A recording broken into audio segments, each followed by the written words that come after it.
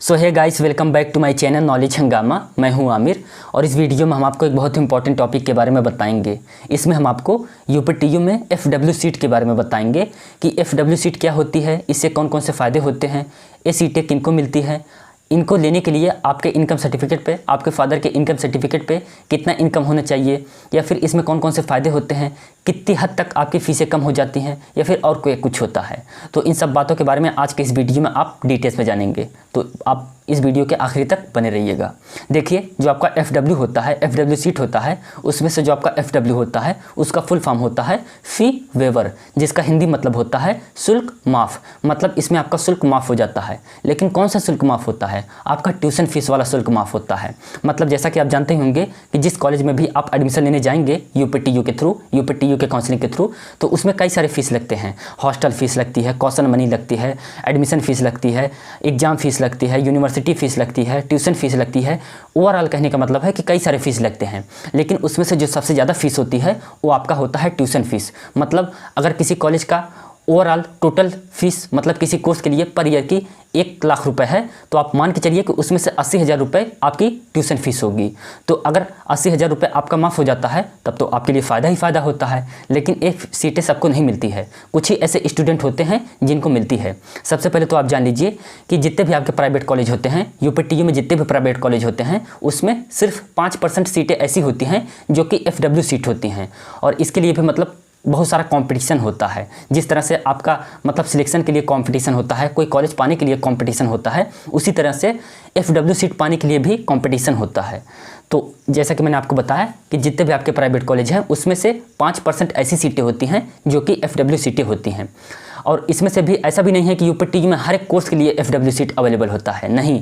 इसमें से B pharma और बी आर्क, ये दो ऐसे कोर्सेज हैं जिसमें एफडब्ल्यू सीट अवेलेबल नहीं होता है। इनको छोड़ के और भी जितने भी आपके कोर्सेज हैं यूपीटीयू में, बीटेक, एमबीए, एमसीए, बीडेस, जितने भी आपके कोर्सेज हैं, lateral entry in B Pharma, lateral entry in BTech, जितने भी आपके कोर्सेज हैं, हर एक कोर्स में आपको एफडब्ल्यू सीट मिलने का चांस रहता है अगर आप उसके लिए एलिजिबल होते हैं तो। अब बात आती है कि एफडब्ल्यू सीट के लिए पाने के लिए हमें क्या करना पड़ता है। क्या इससे पहले जब हमने यूपीटीयू के एप्लीकेशन फॉर्म को ऑनलाइन किया हुआ था तो उस टाइम पे कुछ फिलअप करना था, या फिर मतलब अगर नहीं फिलअप किया हुआ है तो क्या होगा, कैसे होगा? तो देखिए, इससे पहले आपको कुछ भी करने की ज़रूरत नहीं थी। अगर आपने इससे पहले कुछ भी नहीं किया हुआ है, कोई बात नहीं, कोई टेंशन नहीं, आपको इससे पहले कुछ करने की ज़रूरत थी ही नहीं। आप में से बहुत सारे लोग हैं जिनके मन में कन्फ्यूजन रहता है कि कुछ करना था। नहीं, जो भी आपके यूपीटीयू के एप्लीकेशन फॉर्म ऑनलाइन हुआ था उसमें कहीं भी एफडब्ल्यू सीट को लेकर कोई भी ऑप्शन नहीं था, इसलिए आपको उसमें कुछ करने की ज़रूरत भी नहीं थी। जो आपका एफडब्ल्यू वाला प्रोसेस होता है वो स्टार्ट होता है आपके काउंसलिंग से आपका एफडब्ल्यू सीट वाला प्रोसेस स्टार्ट हो जाता है। तो इस तरीके से आपका होता है। और जब आप मतलब यूपीटीयू के काउंसलिंग करने जाएंगे ना, तो वहाँ पे क्या होगा कि मतलब कुछ सीटें ऐसी होती हैं जो कि नॉर्मल सीटें होती हैं, और कुछ सीटें होती हैं जो कि एफडब्ल्यू सीटें होती हैं। जैसे उसमें आपको चूज करना पड़ता है कॉलेज के सामने, उसमें आपको चूज करना पड़ता है जो भी कॉलेज में जिस कोर्स के लिए भी आप एडमिशन लेने वाले हैं, या फिर जिस ब्रांच के लिए आप एडमिशन लेने वाले हैं, उसके सामने एफडब्ल्यू बना हुआ होगा। जब आप उसमें सर्च मारेंगे ना तो आपके सामने आता जाएगा, उसको आपको सिर्फ चूज करना रहेगा। तो ये सभी चीज़ें आप उस टाइम पर करेंगे अपने काउंसलिंग के टाइम पर। खैर, ये तो आप कर ही लेंगे, अभी टाइम है तो हम आपको और बताएंगे।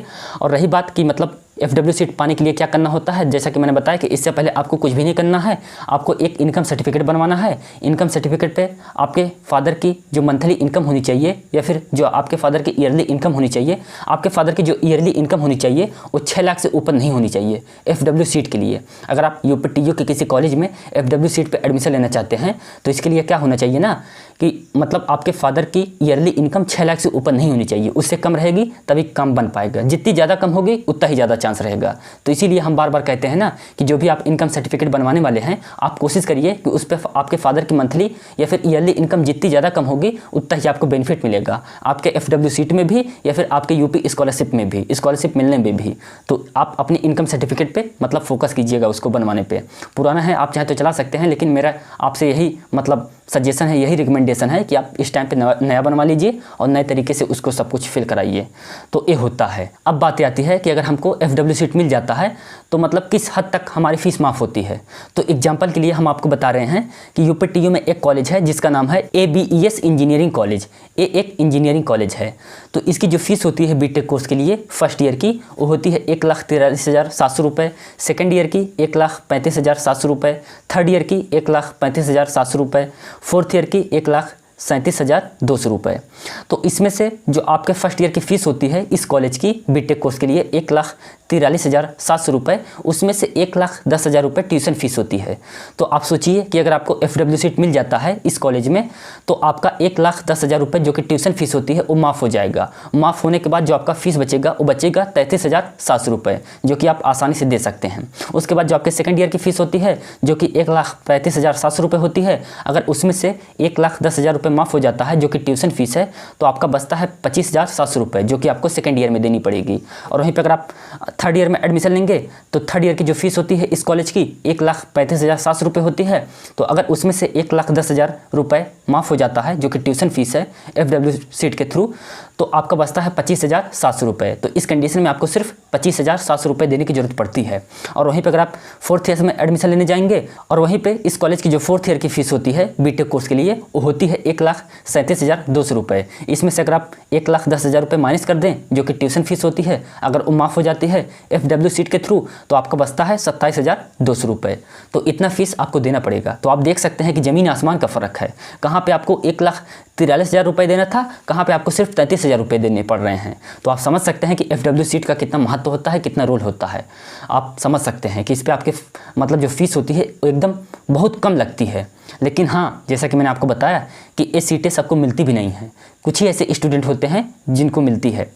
ये सीटें मिलने के लिए मतलब जहाँ तक मुझे लगता है ना, आपके पास क्या होना चाहिए, आपके फादर की मंथली या फिर ईयरली इनकम बहुत ही कम होनी चाहिए। जैसे कि मैंने बताया कि मैक्सिमम 6 लाख हो सकता है ना, लेकिन जितनी ज़्यादा कम होगी उतना ही आपके लिए बेनिफिट रहेगा। और आपके UPTU में अच्छा नंबर होना चाहिए, अच्छा रैंक बनना चाहिए। अगर UPTU में अच्छा नंबर रहेगा, अच्छा रैंक बनेगा तो आपको FW सीट मिलने के चांसेस भी बढ़ जाएंगे।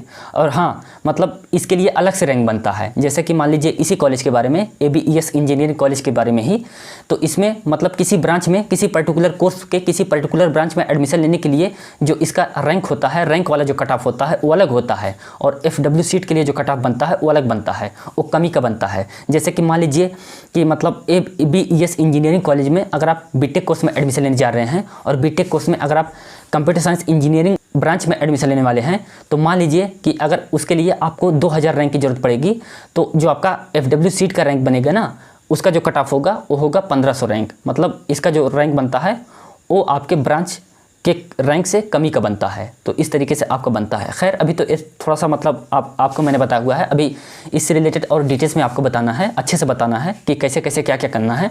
बट फिलहाल के लिए जो था यही था।